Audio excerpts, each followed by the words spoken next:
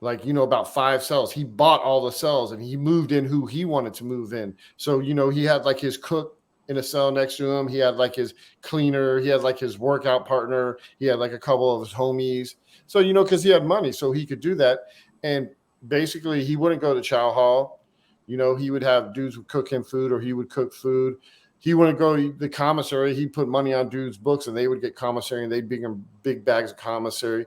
And you just kind of notice. I was in FCI Beckley with him, and dudes like them, they just kind of move differently, because they got the respect and they got the money. But also, when he was in, he was probably like 50 something years old. I mean, he was like a hardened criminal, like a mafia dude, and they always say, like in the Gambinos, he wasn't made, but he was basically like an honorary capo.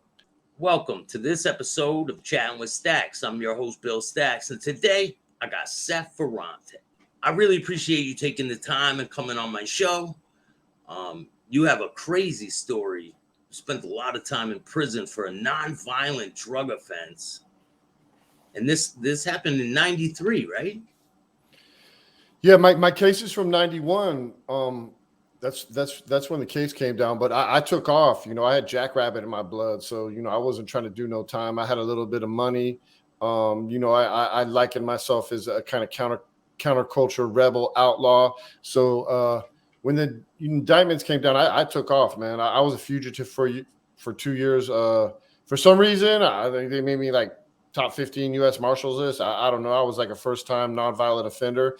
I think it was because I was from the suburbs. I grew up like middle class, upper middle class. So usually when they bust somebody, from those type of areas, I guess they thought I was going to snitch on everybody, and I didn't. So when I took off, that pissed them off.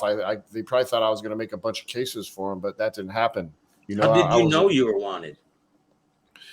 Because I had a case. I mean, I was a fugitive. I fled before my sentencing.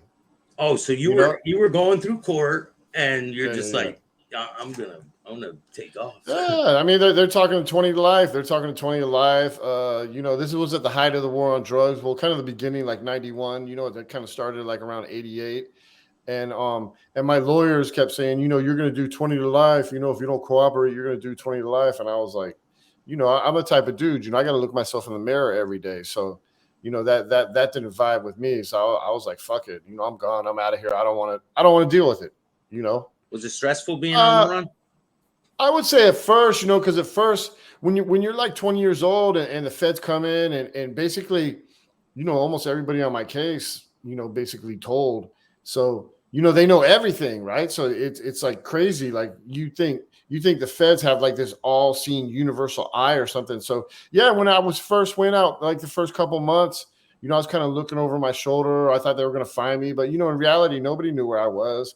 I covered my tracks really good. I was using a fake ID. I had identity and a different name, and I'd covered my bases, pretty good. So it was just like my own paranoia, So, but that didn't last. I'd say 2-3 months, and then I kind of started getting my mojo back. Started going out, meeting people. Close brushes with the law where you almost get caught? One time, I went out to California first. I was in California for about 6 months, and then I ended up in Dallas, Texas. Yeah, one time in Texas, in a mall, there was a situation. It was a guy I was with, and I don't know. He was like shoplifting stuff. He was like kleptomaniac or whatever. And and the cops came after him, and like they came at both of us, and I didn't know what the fuck. I didn't even know he stole anything, so I didn't know what. So I took off, but they weren't even looking for me. So, man, that could have been your downfall right there. Could have been where your sentence started, right? So how did they catch you? How did the situation happen for them to catch you? Or you? Well. I never told myself that I'm not that type of dude. So, they got to catch me, like that movie, Catch Me If You Can. Yeah. And they did eventually after about 2 years. But, I was running weed, because I was, I wasn't working. I was living on the underground economy. So I was running weed from Dallas, Texas up to St. Louis. And eventually some guys got busted. And I got arrested on some bullshit state charge, for a little bit of weed, and they matched my prints, but I got away from that, but they matched my prints. But as soon as they matched my prints, they called in like the U.S. Marshals, like, regional task force. And they were like on everybody I knew in St. Louis. And eventually somebody gave me up. So then you go right in, right? Because you're already sentenced, basically. No, I wasn't sentenced. So I had to go back and I got sentenced. So my original charge was 20 to life. And then I got an obstruction justice charge for taking off. And then they hit me with like a failure to appear and a fraudulent use ID. So basically I got like 60 extra months for taking off. So I went from 240 to 304. So looking back, would you do the same thing again? Yeah, I would do it. I just want to get caught. But you would take off. You want it. I mean, if I had the benefit of everything I know now, as an older man, I mean, because when you're young, when you're 20, you're 21, 22, I mean, you think you know everything, but you don't. You think you don't. I mean, I'm 52 now, and I know a lot of stuff, but I still don't know everything. But when you're 22, 20, you think you know everything, and I was a smart kid. I was a very intelligent kid. I was reckless. I was bold, but I was naive in a lot of ways. I was very naive. Looking back, I can see. So if I could go back in time, and have my older self tell my younger self, I mean, I would tell a lot of stuff. A lot of stuff that hopefully would have helped me out. Yeah, because prison sucked. I mean, I wouldn't want to go to prison. 21 years in prison is garbage, man. It's bullshit. Especially when you're that young, you feel like your life's over, right? What was your thoughts when you're getting sentenced to that time? You got to face all that time. What was going through your head? Yeah, so I got 304 months. In the feds, they give you months. They don't give you years. So 304 months is 25 years and 4 months. So when I got that sentence, I was only 22. So I had more time than how old I was. So, I mean, it was like, there was a light at the end of the tunnel, but it was like a long tunnel, So I know I had to go in. I started out, I never went to the USPs. That's like the highs. I started out in the medium highs. So, if you were under 25 and if you weren't a killer, they sent you the mediums, even if you had that amount of time, they didn't send you to the highs, because in the USPs, they say boys fight, men kill. I was put into the medium highs where it was like a gladiator school. You just had to fight. And a lot of times you got to fight your own race. That's kind of how it is. You got to kind of make your bones, let people know who you are. But yeah, it was a long tunnel, man. So I was just worried about getting in prison, kind of getting my reputation, so people wouldn't fuck with me, so I can move and kind of live comfortably, staying out of the drama. When I first went in prison, this old head told me, this old white dude who'd been in and out all through the 80s, he was like a bank robber, like a real criminal. And he told me straight up, he's like, don't gamble, don't do drugs, and don't fuck with punks. He's like, if you got a problem, come get me. I showed him my paperwork. He's like, okay, your paperwork's good. He goes, if anybody else wants to see your paperwork, tell them to holler at me. People know me in this system. And when I first went in the federal system, it was a lot smaller. So I went in 93, it was only like 50,000 people. Now the federal system is probably like 200,000 or something. It kind of grew. They built so many prisons while I was in, especially during the Clinton administration. They probably built like 100 federal prisons. So, it kind of blew up. But yeah, man, I was just worried about, what I had to do there to survive, because prison is not a nice place. You got a lot of, fucked up people. You got a lot of people that try to take advantage of you, in all different types of ways. So, I was most important getting in there. I was just like, I wanted to be known as a, go hard convict, crazy white boy, whatever, somebody that would fight, somebody that would handle my business. So that was my main prerogative when I first got in. It wasn't until I'd been in, about 6, 7, 8, 9 years that I started thinking about writing, and I started thinking about my future. Who are some of the first mob guys you came across? Yeah, well, I got Italian last name, so I'm Italian and Irish.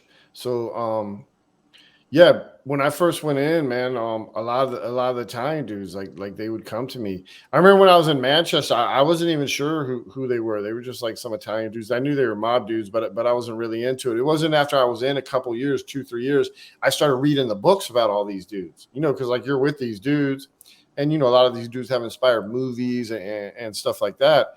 So, you're kind of like, who are these dudes? So I started reading books. I'd say the most notable dudes I was around, I was with Anthony Graziano, TG, you Yeah. know, from the Bananas. I was around Michael Perna. He was the New Jersey faction of the Lucchese's. I was around Joe Watts, Joe the German Watts. So he was with Gotti, you know, but he wasn't made because he was half, you know, I don't know, German or Welsh or something. Did he tell But you any stories? The German. yeah, these dudes were just like, I mean, like these dudes would literally like they would hold court. I mean, because a lot of them that they had some money, you know what I'm saying? So in there, I mean, most people are broke. You know, most people make like $525 a month. You know what I'm saying? That's like maintenance pay. You know, maybe you make 20 grade 4, you make $25 a month. Yeah. So these mob dudes, I mean, they got a lot of money. They're putting money. So I just remember Joe Watts. He was in the unit below me, and there, you know, he bought all the cells like next to his, like, you know, about 5 cells. He bought all the cells and he moved in who he wanted to move in. So, you know, he had like his cook in a cell next to him. He had like his cleaner. He had like his workout partner. He had like a couple of his homies. So, you know, because he had money, so he could do that. And basically, he wouldn't go to chow hall. You know, he would have dudes would cook him food, or he would cook food. He wouldn't go to the commissary. He put money on dudes' books, and they would get commissary, and they'd bring him big bags of commissary. And you know, you just kind of notice. I was in FCI Beckley with him, and dudes like them, they just kind of move differently, you know, because they got the respect and they got the money. But also, you know, when he was in, he was probably like, you know, 50 something years old. I mean, he was like a hardened criminal, like a mafia dude, you know, and they always say like in the Gambinos, he wasn't made, but he was basically like an honorary capo, you know, because he earned so much money for John Gotti. So these dudes, they just get big respect. I mean, Joe Watts, I mean, nobody fucked with him. You know, dudes were always trying to cater to him. So I was just a young Italian kid. So, you know, I had some contact with him. I would say, what's up? But, you know, it wasn't like we were friends or I was hanging out in the cell. But I would see him because he was in a unit right below me. And just because had Italian last name, he would like, you know, like when I first got there, he'd be like, what are you in here for? You're not a snitch. What time are you doing? What's your family from? You know, he quizzed me and then he figured I was okay. Nobody said nothing bad about me. So he would just like, you know, give me a head nod. You know what I'm saying? Sometimes if he has some extra food, you know, he might be, like, oh, come over, bring your bowl. You know, give me a bowl of some pasta with gravy or something, you know? Now, someone like him wants to buy a cell, right? How does he go about to buy cells and things like that?